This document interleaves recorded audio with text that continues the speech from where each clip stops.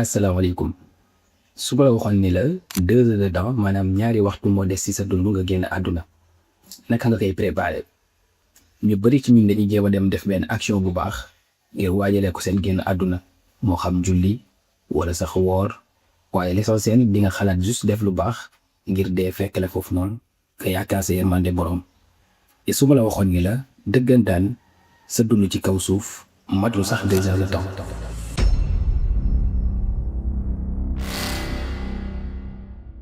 ci biir vidéo bi dama lay expliquer de A à Z ni àdduna ñàkkee solo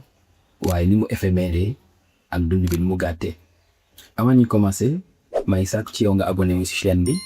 nga like vidéo bi waaye aussi nga partager ko ak sa ñaari mbokk jullit yàlla defal de tiyaaba bi incha allah. bu loolu yëpp weesoo fan nabda ki gën a gudd fan ci kaw suuf li mu dund madul sax 3 heures de temps. et pour expliquer loolu dañuy jéem a définir lan mooy temps fa yàlla. damay ànd ak yow suratul xajji ci aaya 47 bi borom bi ne wa yastaajiluunaka bil azaabi wa lan yuxlifa allahu waada wa inna yawman inda rabbika ka alfi sanatin mimma ta'uddun. jëlal ka alfi sanatin mimma ta'uddun benn fan fa yàlla mooy représenté 1000 ans ci kaw suuf soo jëlee junni at ci suñuy at maanaam 10 siècles mooy représenté benn fan ci fanu yàlla yi. subhanallah maintenant que am nañ suñu échelle de calcul ñu daal di avancer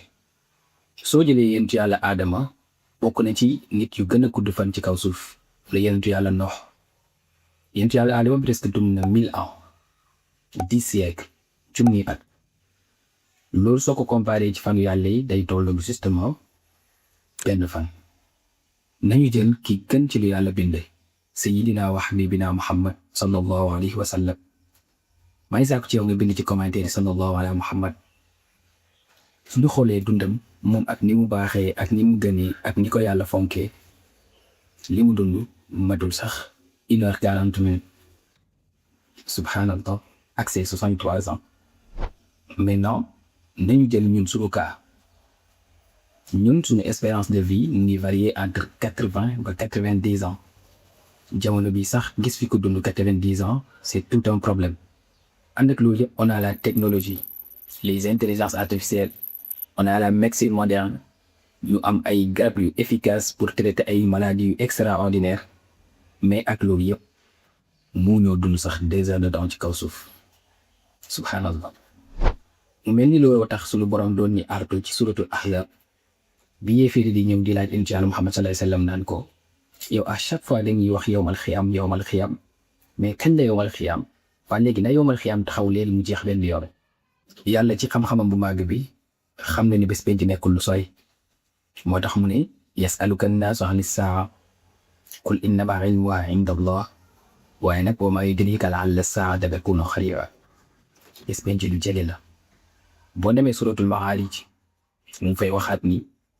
innahum yarawnahu ba'iida yéeféeri day wala ñi gëmul yàlla ne ñoo gis ni yowmal xiyam dafa sori waaye ñun yàlla wa naraahu xariba ñun ñu ngi ko gis mu ngi nekk lu jege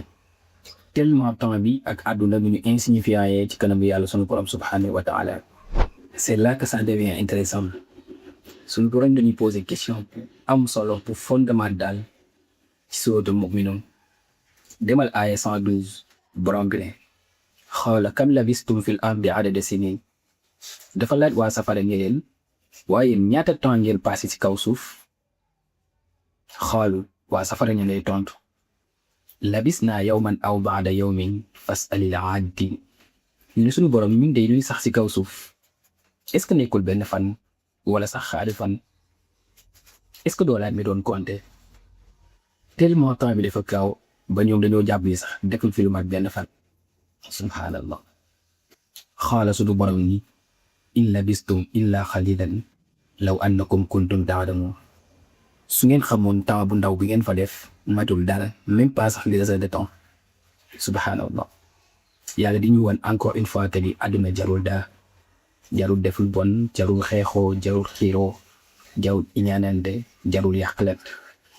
ndax liñ fi am en général matul sax 2 heures de temps. kon nag ki muus dëgg mooy ki jël àddunaam di ko préparer àllaaxiram. borom bi continue ni afaxsibatum annamaa xalaqnaakum abasan wa annakum ilayna laa turja'uun. ndax yéen doomu aadama yi da ngeen jàpp ni da nga leen di bind noonu kese ngir foo et que yéen duma leen ray ngeen dellu si waat ci man ma àtte leen ak seeni jëf lu baax ma fay leen ko ak lu mu tuuti tuuti ci fa may yaamal misqaala zarratin xayran yara biiru ñaaw wala safaan tamit ak lu mu tuuti tuuti ma fay la ko ci wa may yaamal misqaala zarratin sharran yara. 2 heures de temps ñi gudd fan dëgg ñoo koy dund, ñenn ñi 1h30 minutes lañuy dund, ñenn ñi 1 heure de temps, ñenn ñi 40, ñenn ñi 30, ñenn ñi sax 10 minutes lañuy dund. léegi nag question bi ñu war a posé wu ñun ñëpp mooy ndax mën nañoo tenir juste 2 heures de temps.